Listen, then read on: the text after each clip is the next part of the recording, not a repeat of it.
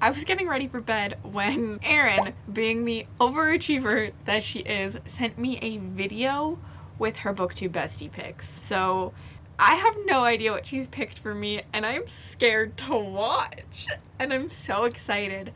Erin is one of the people I think I'm very, very on par with my feelings for. Other than Mel, I would say she's probably like that person there for me where like when it comes to fantasy, I know I can trust Erin's thoughts. Like I will like books she likes and I probably will dislike books she dislikes. One of the ones that screams to mind where we are very on par is The Shadow What Was Lost. And she did really well with me last season for Booktube Bestie, so of course I wanted to invite her back again. But now I'm just completely terrified of what she picked for me, so let's react to her video. I love that she made me a video. That's incredible. Hi Cassidy, thank you so much for choosing me to be a part of Booktube Bestie this year. I am so excited to see what you think of these books. I love your take on like reading booktubers' favorite books by reading the faves and the worst books. So I have chosen 2 books, one that I loved, one that I hated, but I actually think you're both gonna like them. I predict that this will be either a 5-star and a 4-star or 2 4-star reads for you. I think that Ooh, she thinks I'm gonna like them both? This means that she's nice to me. A lot of people are really mean to me. what I know about your taste and your reading, these will really align with those. So I'm going to start with the worst first. I have no idea what this could be, so I'm nervous, but obviously now I'm excited. One of the worst books that I read in the year of our Lord 2022 was City of Dragons by Robin Hobb, the 3rd book in the Rain and Wild Chronicles. I actually found this quite painful to read. I don't think it was as bad as Dragon Haven, but it was a horrid time for me. I actually probably will like this one considering I gave the 1st and the 2nd book in the series 5 stars. Oh, and that means I have to continue with Realm of the Elderlings. Love that. But given that you have already enjoyed the first couple books in this series, I really do think that you would like it. My favorite parts of this series, if I had to say some good things about it, were the connections to the Lives of Traitor trilogy, and the little bits of knowledge that we got that connected to the greater world and the things that happened if it's in the Tawny Man trilogy. So if you honestly told me that for this little 4-book period, Robin Hobb had a ghostwriter and she was like talking through the wall or through a can telling them how to write the book, that would be more believable to me than my queen writing this garbage. But I think it's trash, but I think you're gonna like it. I just think this series wasn't for me, and that's okay. But yeah, I know that it's on your physical TBR, so I'm excited to see what you think of it and to help you progress in that series. But thank you, Erin. Thank you, because I really need to progress. It'll be interesting to see, since I've read those a year apart, if I still feel the same way. The star of this show and one of my favorite books that I read this year and favorite series that I read this year that I think you're gonna enjoy, and it also fits into like your new brand of being, you know, the indie fantasy queen, and I think that you're really gonna enjoy Cradle by Will White. This works so well, Erin, because this is on the list of books I want to try this year. Like, I really want to read this. It's one of my indie series I really want to try. Ran through all 10 books in this series in a week. I was enjoying this so much. I literally didn't even want to stop to sleep, eat, do my job, anything while I was reading this book because it was so much fun. I think that the primary thing that I think about this series is like it's so fun. It's so epic. This has started my love for progression and cultivation type fantasy sci-fi. This book is not very long. It's very fast-paced. I'm excited. I'm so excited. It's very fast-paced, and it is a blend of sci-fi and fantasy that I think you would really appreciate. We follow this main character, Wei Shi Linden, who is unsold, which means that he does not have an affinity to the magic of this world, and because of that he's on the lowest tier of society. Well, a festival comes around and he has failed his level up essentially for many years, and he decides that he is going to do a little scam to be able to be successful in this, and this venture of his kickstarts and changes the course of his life and the life of this entire planet essentially. There is a smaller scale plot, but every few chapters as the book goes on, the scope gets wider and wider and wider, and I really hope that this is the start of a series that you will absolutely love. I will say it can be a little bit slow in the beginning. You're like, I don't know how I feel about this, but the action picks up so much and the plot thickens to an enormous degree, and I really think that you're gonna like it. I think my excitement for this series just really shows, and I think that you're gonna love it. So I know this is on KU, so I know you were worried about like getting your library holds in, so I'm really excited that the ones that I can recommend to you could be in indie. So I can't wait to see what comes of this episode of Booktube Bestie, and I wish you the best of luck. Bye. Okay, I'm filming this really early because I'm currently reading Lexi's picks, and you should have already seen Lexi's picks by the time this video comes out. But I really want to drop everything now and pick up Erin's picks. This is so good. I've already filmed Mel's picks. I've already read Mel's picks, and Project Hail Mary was the book in this whole Booktube Bestie that I was like, this is a 5-star read. And obviously you've seen it wasn't. And I was sitting here like so depressed looking at my list of books like, oh my god, I'm gonna do Booktube Bestie and not get any like books I'm going to like thrive and love for. And I think Erin just picked me 2 books I'm gonna love. Erin, you might lose Booktube Bestie because of City of Dragons, because I think I'm gonna love it. But in my heart, you're gonna win because you also think that I am going to love it. Like, you're predicting I'm gonna love it. But yeah, this was so nice of you. I'm so excited. I need to read Cradle like now, like ASAP. When can I start? I'll start in like 5 seconds for you, but it's probably gonna be like 2 weeks for me. See you then.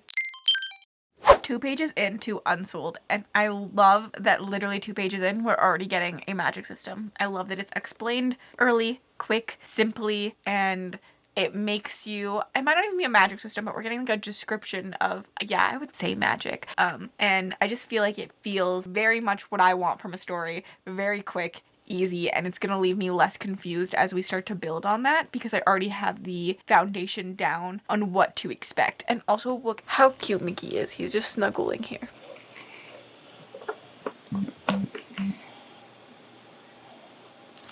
Okay, same position. I'll probably be here all night. I'm 29% in. I don't have a lot to say. I feel like not a lot has happened, but a lot has been like set up. Like, we've been told a lot, which I like. There's not a lot of complaints going on, except for that we've had this weird POV twice, and I'm not a really big fan of that weird POV.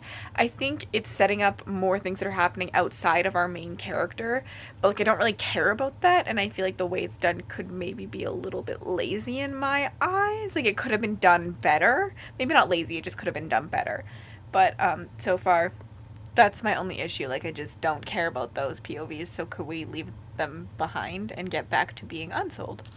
I lied to you all 5 seconds ago. I do have a question, and it's, how does someone move up in this? Like, I get that we have like progression fantasy happening here, but like I want to know the ins and outs. Like, how does someone move up a level? I feel like that has not been well explained, and maybe that's just me, but it's a question I really have right now, and I like, maybe I'll get it later on in the book, but at this point in time I'm just like, okay, his sister has now progressed further up and is stronger, but like, why did that happen exactly, and why is she progressing so much faster than other people? Like, they just tell me she's strong, but like, what I liked about the Umbral Storm, it's the only other progression fantasy I've read, was that we had like a really tactical, like, you put this in and you could progress. So that made a lot of sense to my head. I want to know more here. Like, right now it just feels like a magic system, but obviously it's not. It's like the biggest progression fantasy there is. But yeah, those are my questions. Oh no, something just happened in this book that I don't like when a book does. It's a plot device, this thingy that books do that just like, it feels lazy to me. I don't know what it is. It's done a lot, but it just feels lazy to me. Urgh. So I finished Cradle, and it's interesting because the thing I liked and the thing I disliked most about the book is the magic system. I think there was 2 sides to it, and some of it worked for me and some of it didn't.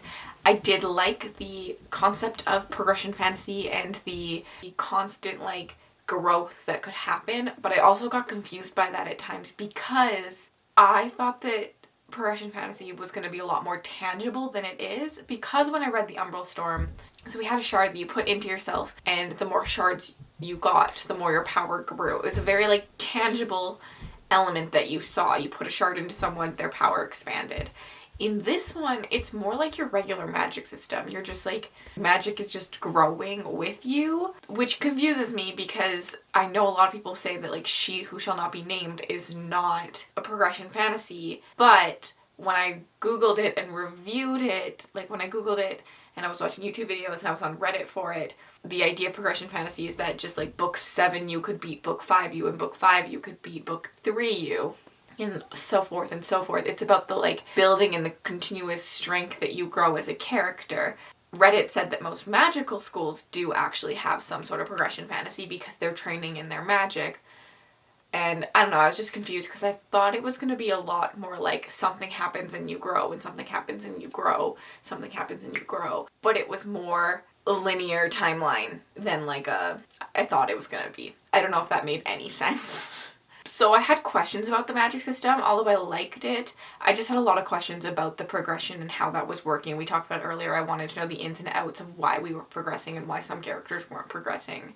Because it seems like it should be more than just you work on your skill to me. But maybe that's my own hindrance. That's my own thinking. It might not be an actual thing for progression fantasy. Obviously it's not, because this is one of the biggest progression fantasies there is and everyone talks about it.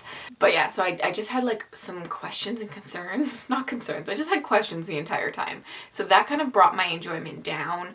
I'm also just not someone who roots for the underdog, so I didn't love the main character in this just because I kind of just wanted him to stop like whining and just like take control of things. Like, I love an angry main character and I kept wanting him to be angry and like full of vengeance, and like he wanted to be better than the rest of them. Like, I wanted him to like really go on a vengeance story. That's never what this story is, and it's not meant to be, but that's what I wanted out of it. I just kind of struggled to root for him a little bit. But I did love the second character that we get introduced to in the latter half. I loved her a lot. I liked the second half of the story a lot more than I liked the first half of the story. The first half is a lot of setup, a lot of like exposition, a lot of world building, which I appreciated. But then when we got to the second half where like the plot actually like starts to thicken, I felt like that just happened way too fast. And the escalation went like slow. And I just wanted it to be like a lot slower in that second half. Other than that, like, I really did enjoy this one and I'm really intrigued to continue on. I think the part I disliked most about the story is something that's going to really matter later on in the story. I didn't like the, like, I'm going to call it an angel. I don't think it's actually an angel. I didn't like the angel part of this story. I think it would have been a better story for me without it, but I do think that's going to continue to get bigger and bigger as the series goes on. So we'll see how I feel about it then. But yeah, I enjoyed it. I ended up giving it a 3-star. And I can't wait to continue. I will be continuing hopefully this year. So thanks, Erin, for making me read it. I wanted to read it anyways, but thanks for like forcing me to read it so early on in this year that I have time to continue reading the series.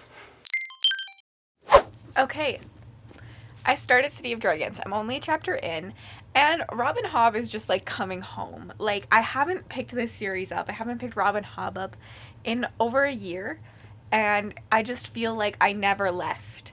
There's just something about her story, her writing, her craft that is just so good for me. And I get why people don't like this series as much, but I'm still hopeful that this will work for me. I am a very different reviewer than I was when I read the first 2 books. I like very different things, I think, than I liked a year ago. But I'm still hopeful that this dragon story will really, really work for me. And I just love the dragons in here. So yeah, I'm hopeful that I'll like it.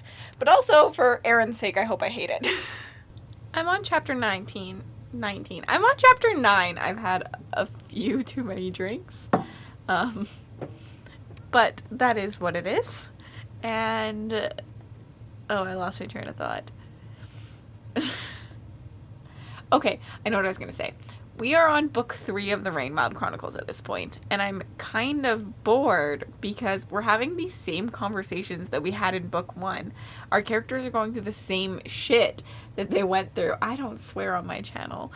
Oh my god, I need to not drink when I vlog. They're going through the same stuff that they did in book 1. So, like, what's the point in this being 3 books long? Oh god, I knew it.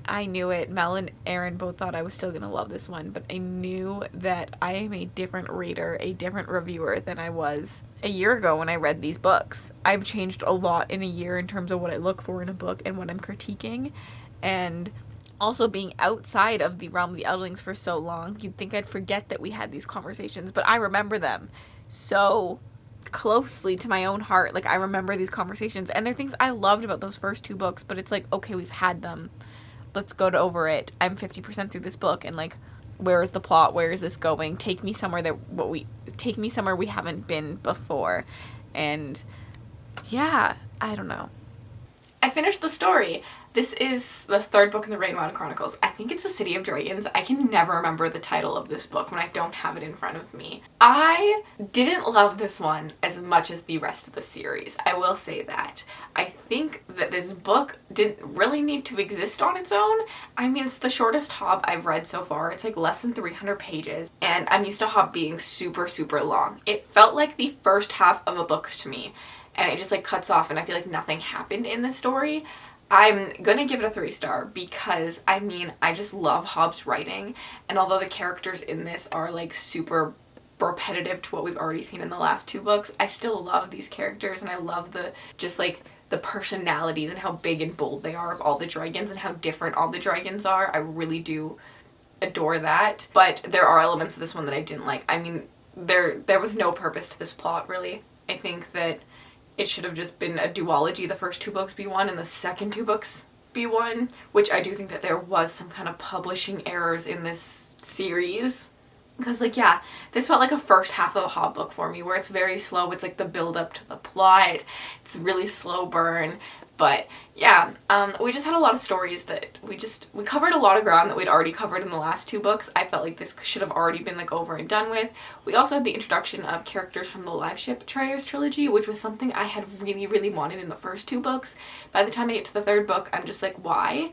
Although I liked them being introduced, I wish that they had been introduced in the first book. I wish their timelines had been there to like counteract the like teenagers. I know a big complaint for the series is the horny teenagers, and I mean, it's got a lot of that, especially for Hob, but it's something I don't mind just because I think about if you're a group of teenagers, like let's say like 15 to like 25, okay, that's what we're gonna put this group as. I don't know their actual ages. You've been told your entire life that you can't find love, you can't find touch, like you can't enjoy those simple pleasures in your life, such as holding someone's hand, or, I mean, being 18 and finding your first love, or 16 and finding your first love. If you've been told your entire life that you can't have that, I do think when you're given that like free space, I too would be one of those horny teenagers, just like experiencing all of that for the first time in like such a like heavy wave because you're all experiencing it together. And I do think that there are beautiful conversations in the story about women's reproductive rights in general, in like your own rights as a person to be any sexuality and all of that. Like I do think Hob covers such beautiful grounds in her stories about those things. So I still give it a 3 because I love Hob's writings, I love Hob's characters, and I just overall have a decent enough time with Hob's writing that I can't give it less than a 3. But I didn't love it. I didn't feel the emotional connection that I did in the other stories. I don't want to pick up the next book right away where I binged the rest of the Realm of the Elderlings, wanting to pick them up again and again and again. It's no live ships for me. I still like it better than the Golden Fool trilogy thing. Well, I don't remember that one is. I'm just not a fan of that trilogy, but that's a very unpopular opinion.